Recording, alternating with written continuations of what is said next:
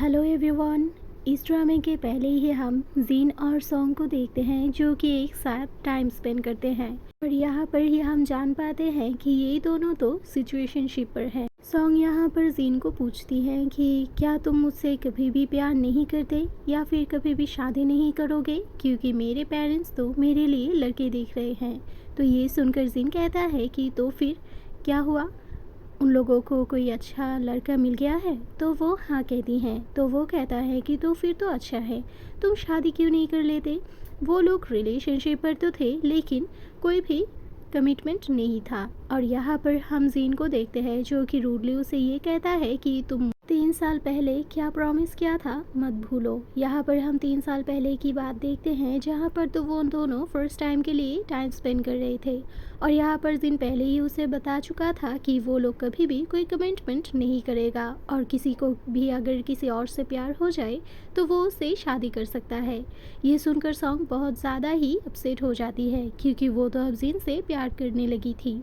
और तभी उसके डैड उसे कॉल करता है और कहता है कि तुम घर आ जाओ क्योंकि जिस लड़की को हमने देखा है वो कल तुम्हें देखने के लिए आएगा। बाहर हम जीन को देखते हैं जो कि खड़े होकर सब कुछ सुन रहा था और अपसेट हो जाता है। वो कार में आकर उसके असिस्टेंट को पूछता है कि सॉन्ग के घर जो लड़का जाने वाला है उसका डिटेल्स मुझे चाहिए। तो असिस्टेंट समझ जाता है। नेक्स्ट डे हम सॉन्ग को देखते हैं जो कि अपने मॉम डैड के साथ बैठ के बातें कर रही थी और तभी उसके मॉम उसे कहती है कि तुम्हारे डैड को चीफ सिक्योरिटी गार्ड की जॉब मिल गया है। तुम्हारे डैड के बॉस बहुत अच्छे हैं, उन्हें तो बहुत अच्छी सैलरी भी देने वाले हैं। तो वो पूछने लगती है कि कौन से बॉस? ये मॉम कहती है कि ड्राइंग रूम में ही बैठा हुआ है, तुम चाहो तो देख सकते हो। वो जब वहाँ पर जाती है तो मिस्टर जीन को वहाँ पर देखकर शॉक्ड हो जाती है क्योंकि वो पहली बार उसके घर आई थी 2 साल पहले। जब जीन को उसने पहली बार बताया था कि उसके मॉम डैड उससे मिलना चाहता था तो जीन मना कर देता था क्योंकि उसके प्लानिंग कुछ और थे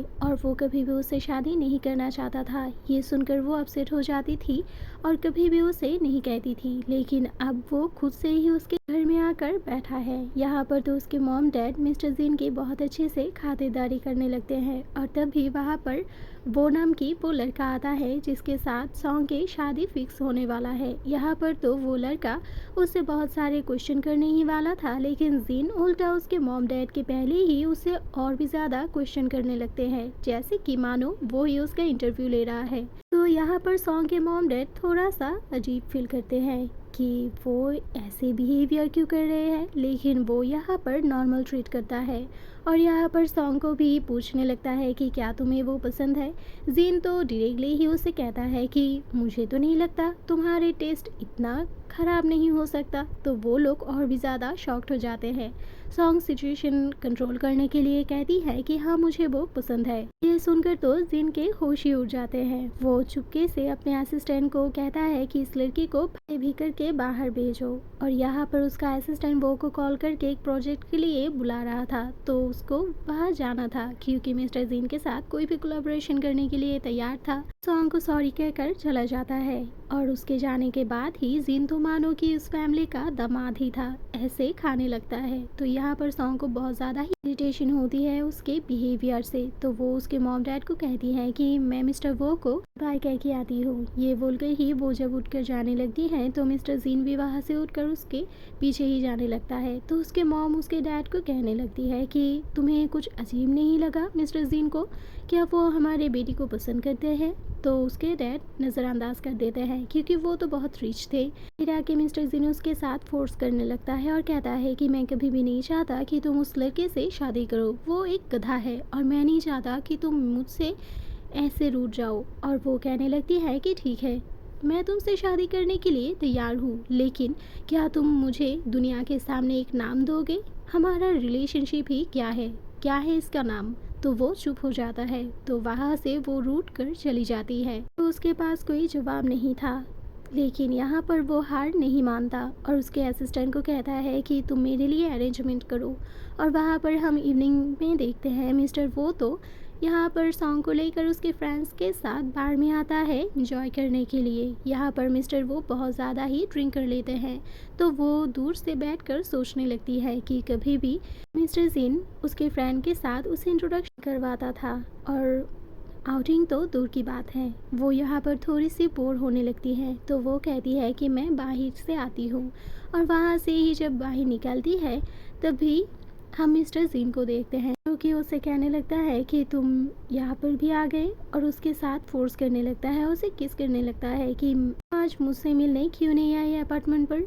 वो उसे थप्पड़ लगा देती है और कहती है कि क्यों आऊँ, मैं क्या कोई खिलौना हूँ जो तुम हमेशा मेरे साथ ही ऐसे करोगे। मैं तुमसे छुटकारा पाना चाहता हूँ। तो वो कहता है कि ये कभी नहीं हो सकता, क्योंकि तुम सिर्फ मेरे हो और मैं नहीं चाहता कि तुम किसी और के हो जाओ। और क्या होगा अगर मिस्टर वो ये सब देख ले, और दूर से ही मिस्टर वो ये सब कुछ देख रहा था। यहाँ पर जिन कहता है कि क्या तुम जानते हो, एक प्रोजेक्ट के लिए मिस्टर जिन तुम्हें भी सेक्रीफाइस करने के लिए तैयार है, और उसका रिकॉर्डिंग भी सुना देता है। तो वो रोने लगती है, मेरे पीछा कब छोड़ोगे, मुझे तुम नहीं पसंद, क्योंकि तुम कभी भी मुझे इम्पोर्टेंस नहीं देते थे, और वहाँ से जाने लगती है। तो यहाँ पर जिन उसे रोकने की बहुत कोशिशें करने लगता है, लेकिन वो नहीं रोकती।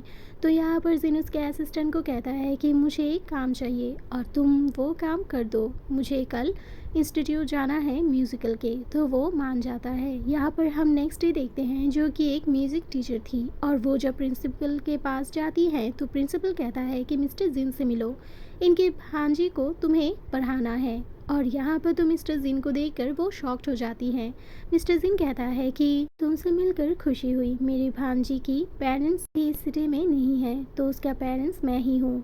तुम्हें किसी की भी ज़रूरत हो तो तुम मुझे कॉल कर सकते हो। और यहाँ पर प्रिंसिपल कहता है कि हाँ, तुम मिस्टर जिन के कॉन्टैक्ट नंबर ले लो। तो मिस्टर जिन कहने लगता है कि इसकी कोई भी ज़रूरत नहीं है, क्योंकि उसके पास मेरा कॉन्टैक्ट नंबर है। ये सुनकर तो प्रिंसिपल भी शॉक्ड हो जाता है और कहता है कि क्या आप लोग एक दूसरे को पहले से ही जानते हो। और मिस्टर जिन की भांजी भी थोड़ा सा शॉक्ड होती है, क्योंकि उसके अंकल बहुत ही ज़्यादा रूड और एरोगेंट है। उसका नंबर है इसके पास, तो ज़रूर वो कोई स्पेशल ही होगी। तो वो उसे पूछने लगती है कि क्या आप मेरे अंकल को पहले से ही जानते हैं। यहाँ पर वो मना करती है और कहती है कि नहीं।